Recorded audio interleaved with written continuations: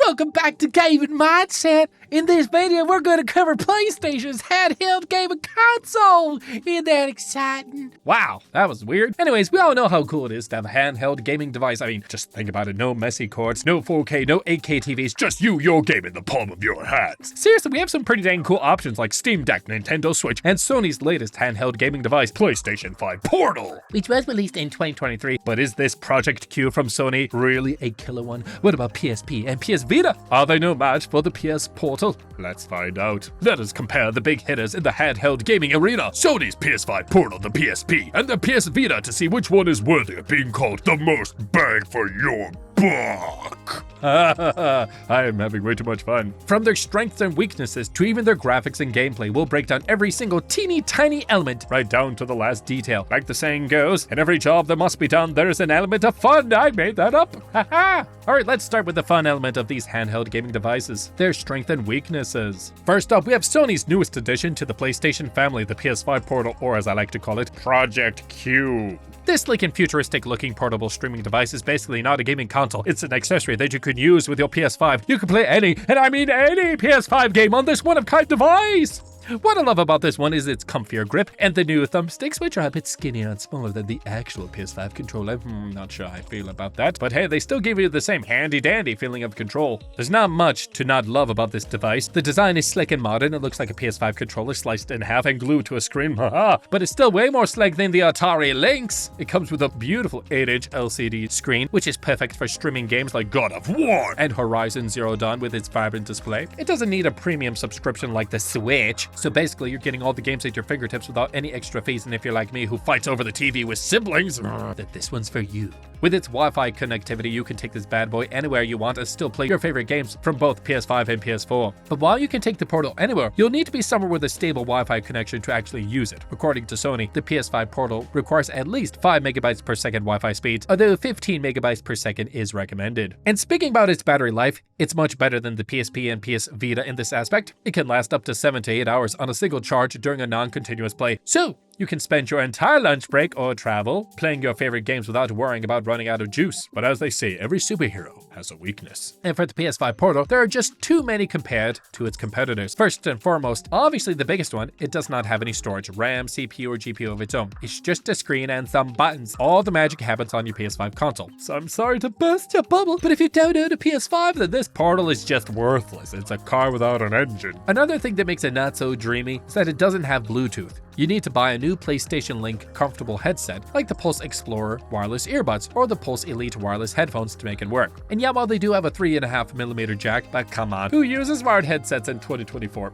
Me. I didn't say that. Anyways, in my opinion, for most people, that would be the most anti-consumer feature that we've seen in a long time. Imagine that Apple just released a new iPhone that only works with their special AirPods. I mean, like, why would somebody do that? It's like a punishment for not having a PS5 console. Wait a minute, why am I being punished here? It doesn't have any cameras, no PS5 cloud streaming support, and no media playbacks. And what's even worse is that your entire gaming experience is at the mercy of your Wi-Fi connection. That's kind of scary. If you do not have a good high-speed connection of at least 15 megabytes per second, then you can kiss your gaming experience goodbye. Overall, I would say if you don't mind spending $200 and have a PS5, and then close your eyes and buy this bad boy and hope that it works out great for you. But if you don't have a PS5 or a slow internet connection, this is a bad move. Skip this one and go for the PS Vita or PSP or any other handheld device with a bloody engine. Just saying. Now let's turn the clock back a bit and talk about the PSP, the granddaddy of all PlayStation handheld gaming devices. The PSP was released in 2004 and it was a groundbreaking handheld device at the time. Yeah, it was real good. There were 5 different variations of it, like the PSP 1000, 2000, 3000, PSP Go, and PSP E1000. Wow. All of them are equally similar, but of course in their own unique way. But I'm not going to confuse you with all of the versions, but let's talk about the PSP 3000, which was released in October 2008. And it was definitely a big improvement from the first version. It had better quality, improved sound output, and built-in Skype capabilities, which I remember using a lot during my high school days. Good times. It also added a built-in microphone that the PS5 Portal couldn't even dream of having.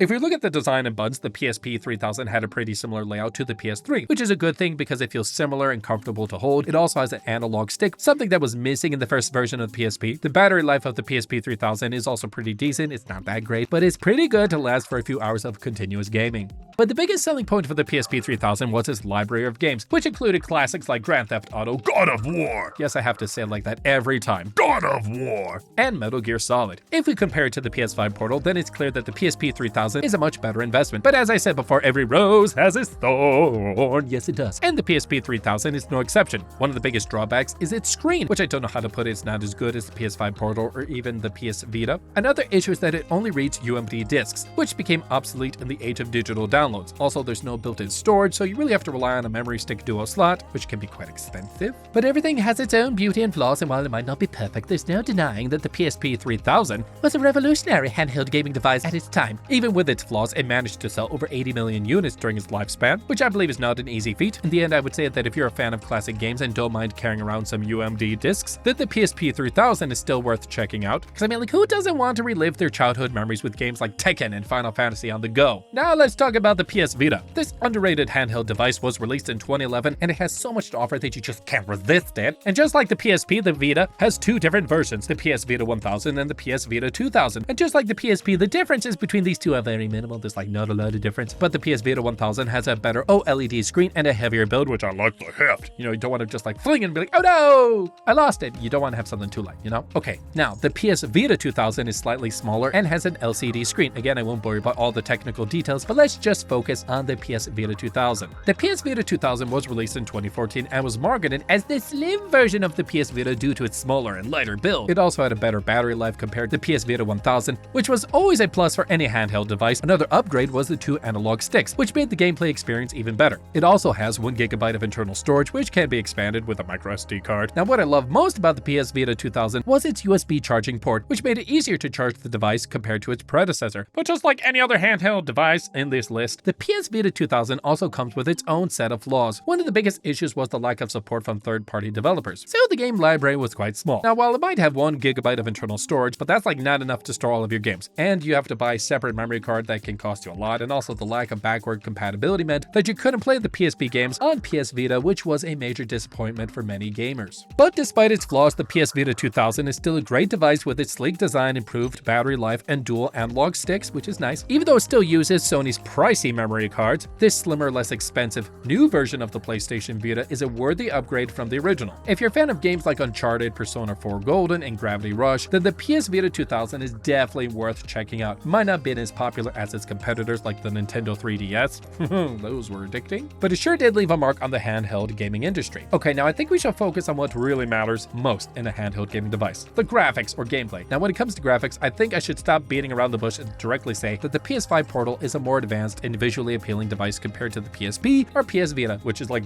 duh, we know. Now, as I mentioned earlier, it has a beautiful 8-inch LCD screen that shows almost every exquisite detail of your favorite games in full HD. Plus, with its 60 FPS capability and 1080p resolution, you can truly experience a silky smooth gameplay and a high image clarity, which is to be expected with a newer device. You can play even the most graphically advanced games on the PS5 Portal without any lag and frame drop. Just make sure your Wi-Fi connection is strong enough to support it. Now, on the other hand, the PSP and the PS Vita might not have the same level of graphics quality, but they still managed to deliver great visuals for their time. The PSP had a backlit 4.3-inch TFT LCD screen with a resolution of 4080 by 272, which was pretty decent back in the day. It's not as advanced as the PS5 Portal, but it still did a great job of displaying games like God of War, Chains of Olympus, and Little Big Planet. Now, as for the PS Vita, it has a 5-inch LCD screen with a resolution of 960 by 544, which was a big upgrade from the PSP. Now, while like the PS Vita 1000, the PS Vita 2000 does not have an OLED screen, which is for some people a little sad.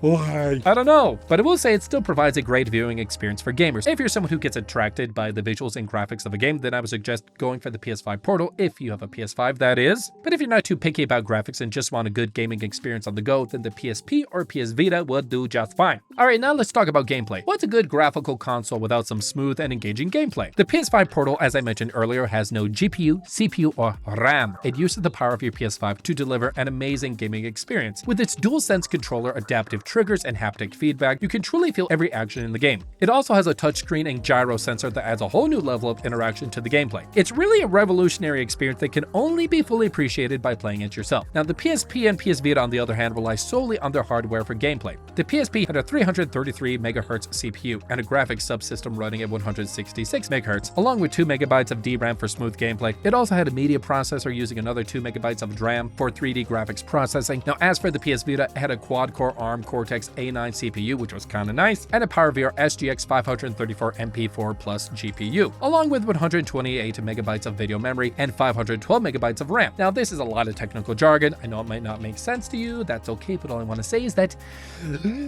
it's a very powerful device, okay? And it could handle some graphically advanced games with ease. So which one are you going to go for? Well, it depends entirely what kind of gaming experience you want. If you have a PS5 and want to play games remotely without starting World War III over the TV, then I say just close your eyes and throw away all your money on the PS5 Portal. But if you don't own a PS5 and just want a good handheld gaming device, then the PSP or PS Vita are still worth checking out. Now, in my humble opinion, I would suggest the PS Vita over the PSP. It has some major improvements and upgrades that would make it a better overall device. Now, I really hope this video has given you a clear idea of what these devices are capable of and which one would best fit you. Now, if you think I missed any important aspects, which I never do, but if I did, or if you want to say something, please feel free to leave a comment down below. I would love to hear your thoughts on this topic, and as I always say, if you love what we're doing, then please don't forget to hit that like button and subscribe to our channel for more mind-blowing gaming content. Until then, take care and keep on gaming.